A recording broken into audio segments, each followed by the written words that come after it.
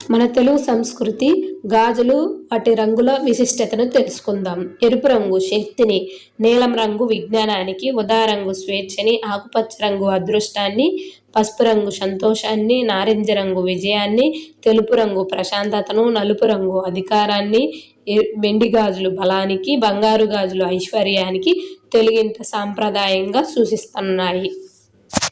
ఇలాంటి మరిన్ని వీడియోల కోసం మా ఛానల్ని సబ్స్క్రైబ్ చేసుకోండి.